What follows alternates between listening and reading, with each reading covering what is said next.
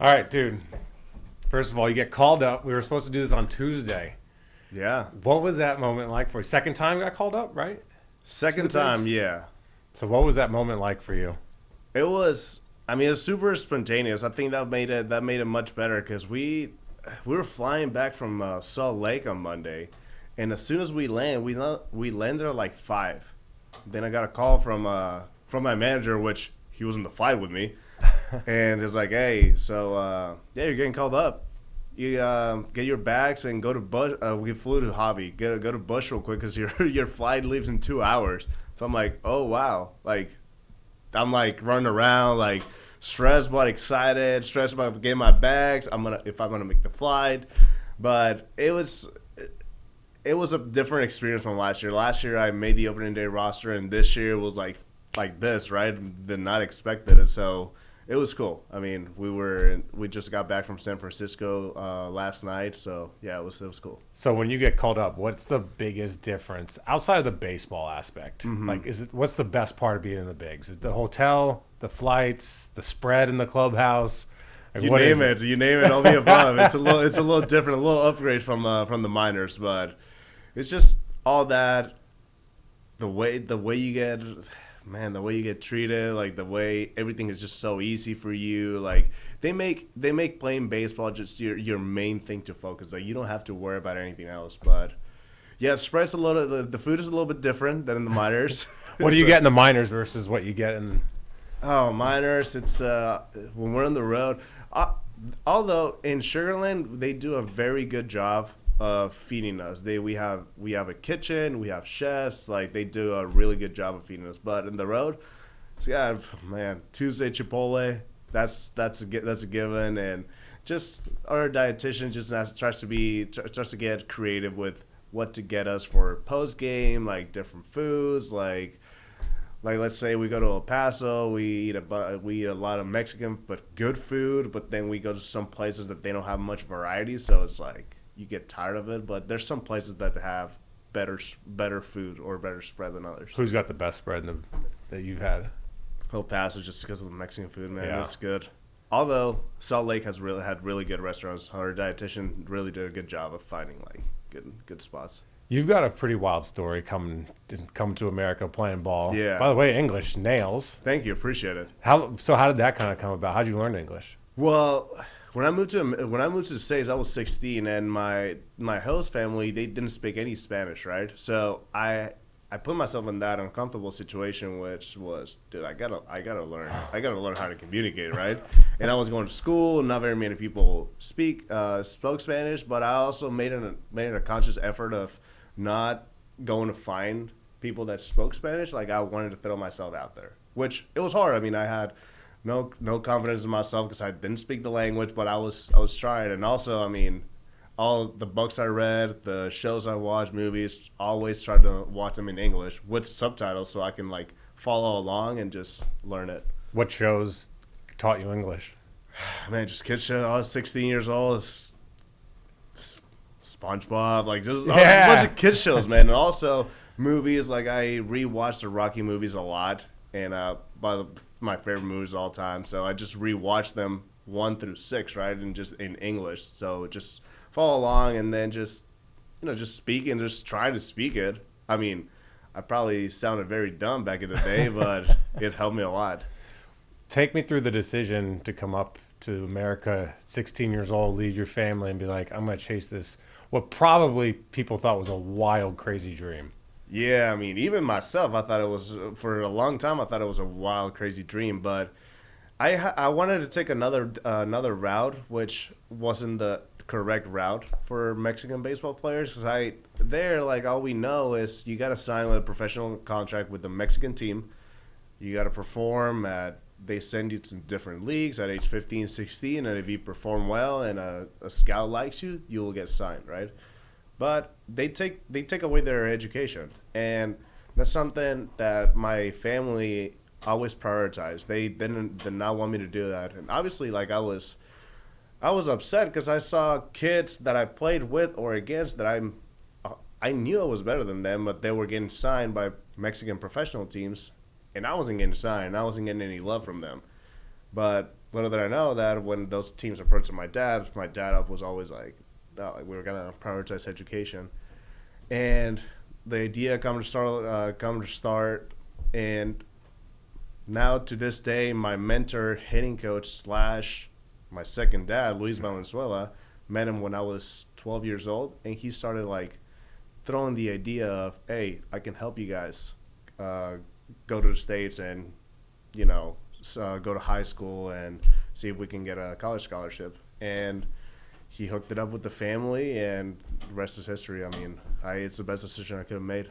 When did you come to realization that your parents were right and you did the right route? When I got the call by the University of Arizona telling me they wanted to offer me a scholarship, I was like, I remember I started watching like the College World Series and college baseball a little bit more, and I was like, damn, like that is cool. Like I want to be in this spot. Like I want to be in this scenario. And it happened that my freshman year we went to the College World Series, right? But once I got to campus, I'm like, this is the right decision. Like baseball is great, player development is great, and I'm having fun just living the college experience, like meeting new people, hanging out with my baseball guys, hanging out with people outside the baseball. Like I had such a good life outside baseball too, so that made it so much better. I don't know like what your goals were coming over here, but it's interesting because the goal is always, I'm sure at one point, was just to get to the United States, just to get to college, and then just get to the pros, and then just get to the bigs, and then So what was your goal, and now where do your goals sit? Because you surely have accomplished quite a bit of what you wanted to initially. My goal, as soon as I got to the States, I wanted to get a college scholarship. I did not want to sign after high school. I felt like I wasn't ready, and also from reading and knowing the importance of college, and back in the day, I think from every big league team, from all 30 big league teams, around 70% of the players were college, went to college, right? Mm-hmm. So I knew the importance of it. So the first goal was to get a college scholarship. Obviously, like I didn't have a preference, but obviously wanted to go D1. But if I went a different route, like so be it. And if that was my ceiling, like at least I want to have a college education, right? But I knew that wasn't gonna be my ceiling. But yeah, it was college scholarship, and after that, like I'm like, I want more, So started performing well and starting getting some love from scouts, and I saw the possibility of getting drafted. And well, when did the big leagues become a goal?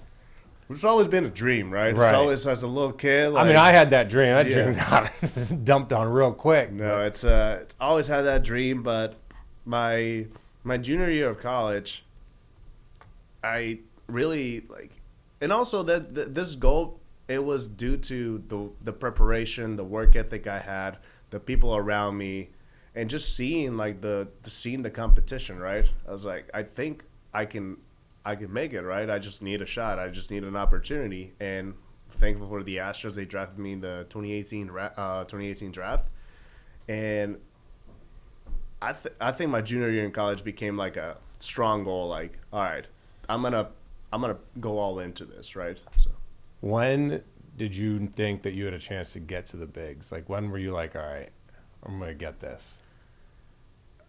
Ever since I got drafted, right? I mean, ever since I got drafted, you have to have that mentality. You can't show any weakness. But I won't lie to you and say that I always thought it was attainable.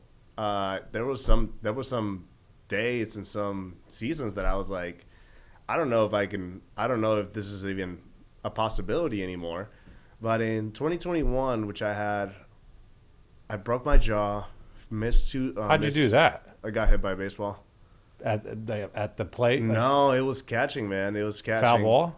It was. So I was warming up. I was in the bullpen, and I had a two-piece mask, and they don't have anything covering the sides. I love those, by the way. Me too, but I can't wear them anymore. No kidding. And it was my fault. Like instead of blocking a baseball, I try to scoop it, and I turn my hand just enough and nick me right in the side. You Olayed it. Yeah, I laid it, and you got lazy. Yeah, you didn't want to get down. It was my fault, and broke my jaw. Had a jaw reconstruction. It was tough, and I missed the first 2 months of the season, and that was probably the darkest moment of my life. 'Cause I was like, damn, I've just missed 2 months. Like I'm in the older side already. Like I'm I was in low A when I was 24 years old. Like, man, I don't know if this is going to be a possibility. And then I just missed 2 months of the season. And when I came back, like, I was a third catcher in high A. Like, I wasn't playing much.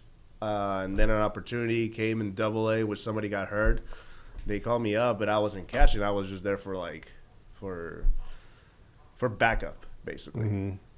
Somebody got hurt in double A, and me and my double A manager, like, we got pretty close. And he was like, "Hey, I don't want to call anybody up. Like, I want you to play."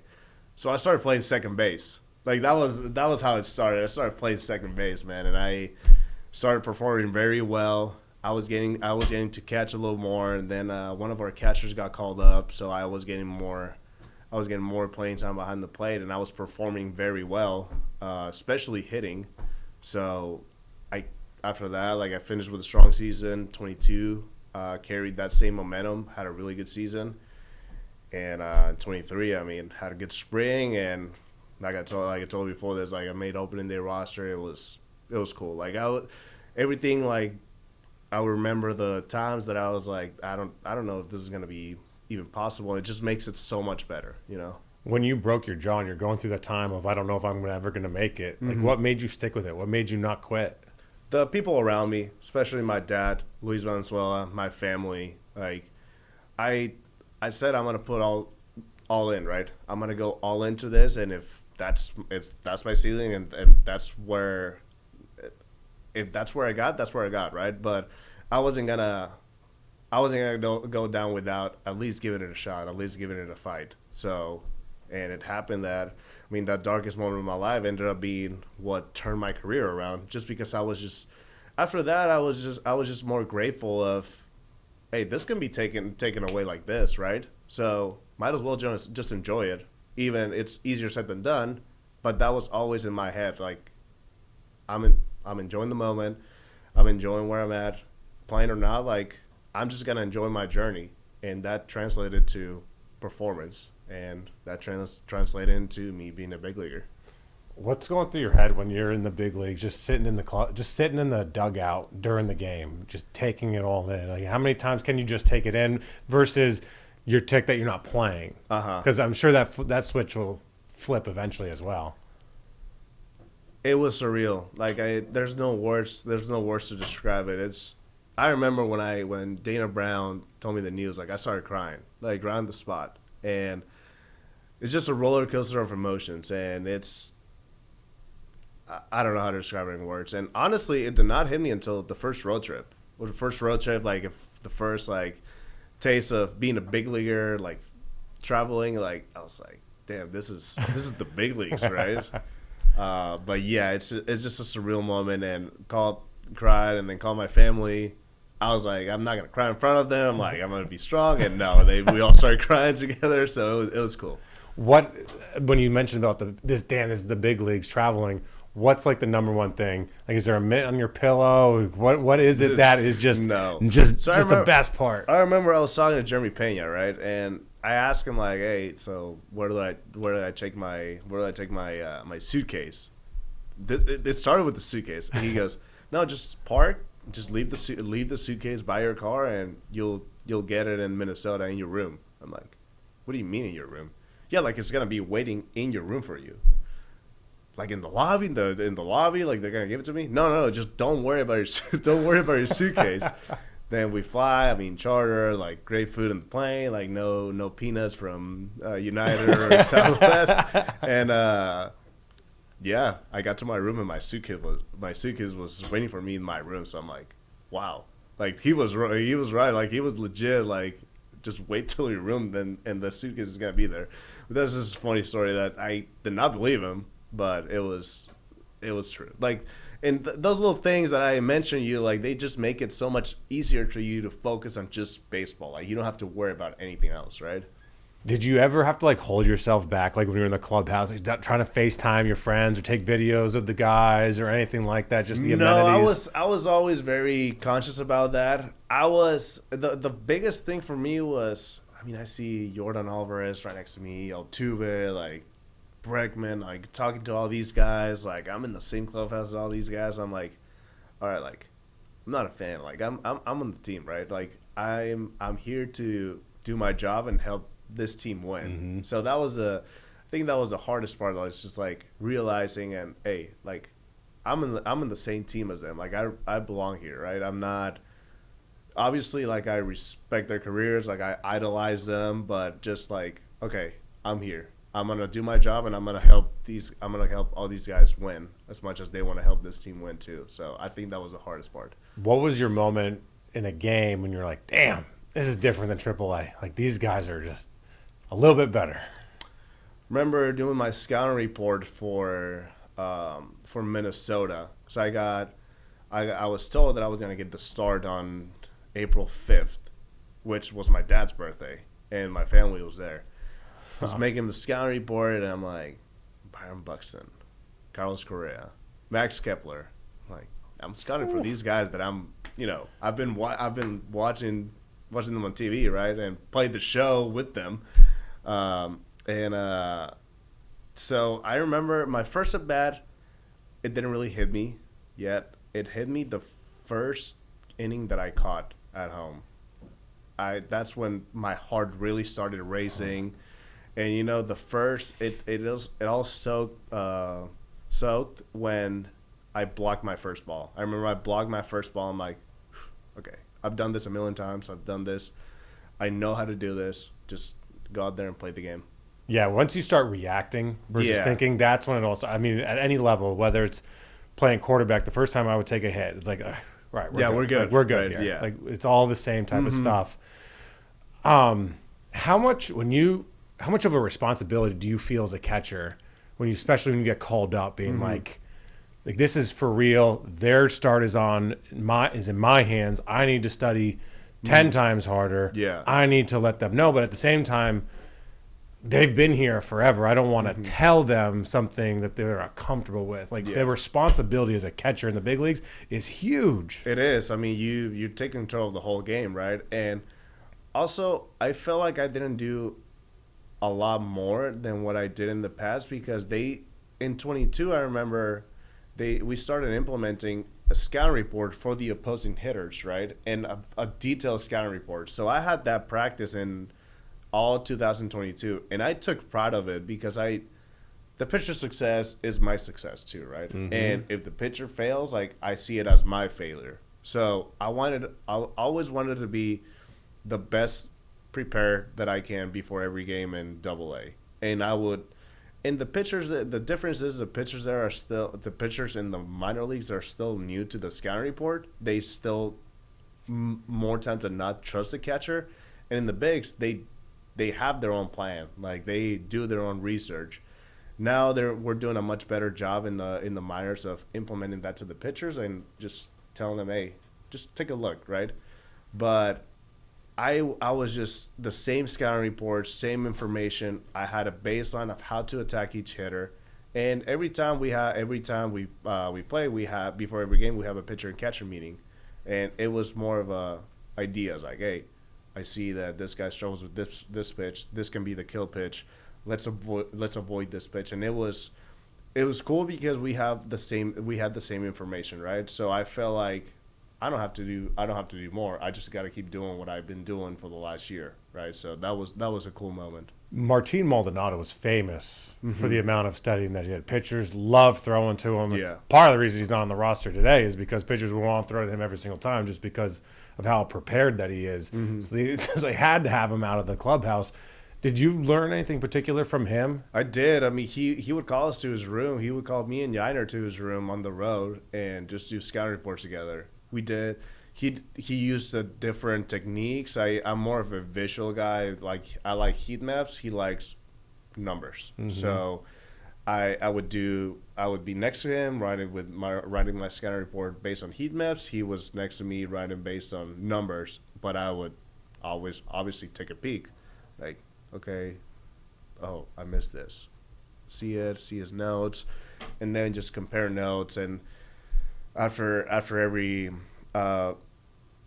were done, and I always made a conscious effort of being in pitchers and catchers meeting before every game when he was catching, and it was just the confidence that he transmitted to the pitcher while talking about the opposing lineup. I think made it so much better. Like he was, hey, this is gonna be the kill pitch. Hey, this guy swings and misses 30-something% of the time at this pitch. Hey, we can get this guy to ground ball if there's a man on first, and we need a ground ball. We can throw this pitch, get a ground ball. Like it was so detailed, and obviously learned a lot from that. And now I'm implementing more.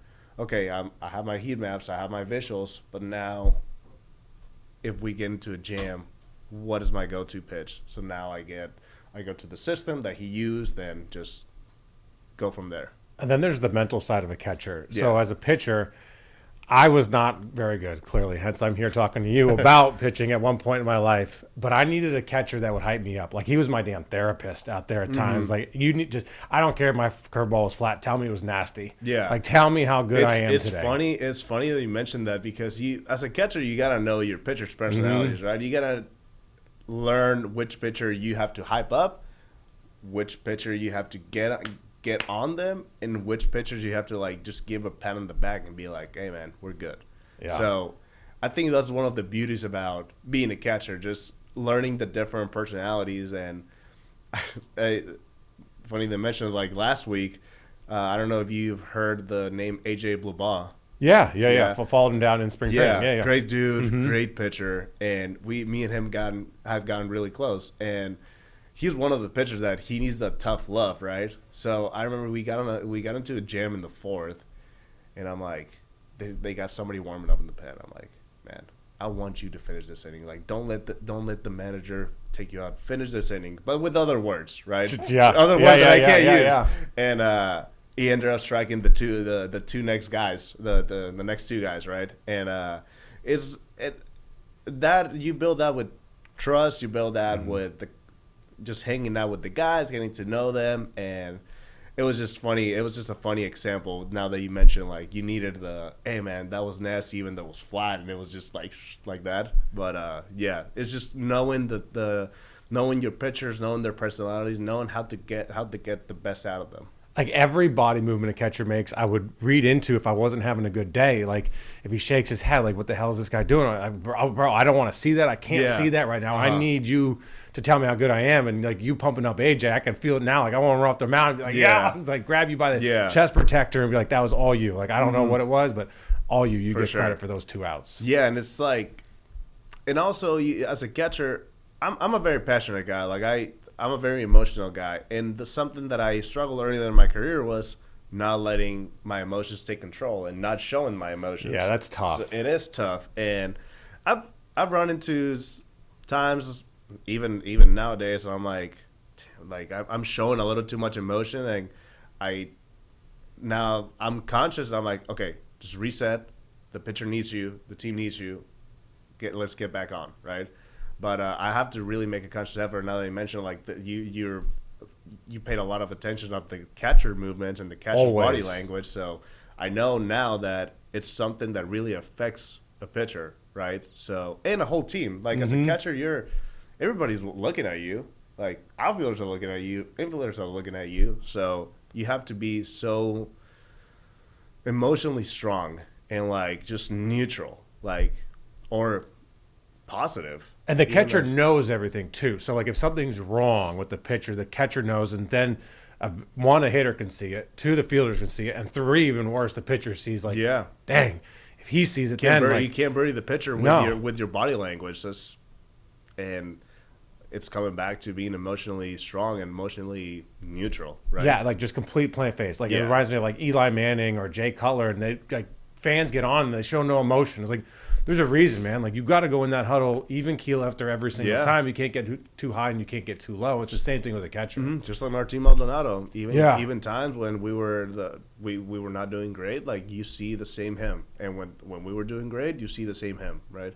It would drive me crazy when fans would jump on Marty because, listen, I know he wasn't a great hitter. Like, the numbers are what they are. But what he did for that team and did for that staff, you will never be able to put it into numbers ever. And those are people that they don't know the insides of it. They don't know how much value he brings to a team, not only a pitching staff, but to a team because of his leadership. He's a veteran. He's been around for a while, so he would not only talk to pitchers, but also talk to hitters about approaches. Like, hey, you should look at this pitcher. He has this tip. Oh, in this situation, look to do this, especially with the younger guys, so. Okay, so there were parts of the conversation that we had to edit out, but you can watch it now live on Fox Local. Just scroll down, find it, click on it, watch the rest of it. Plus, it's also going to be available on YouTube as well. Let me know what you thought of the interview in the comments section, as well as on X at Will Kunkel Fox. All right, next week we'll have another fresh episode of Kicking It with Kunkel again.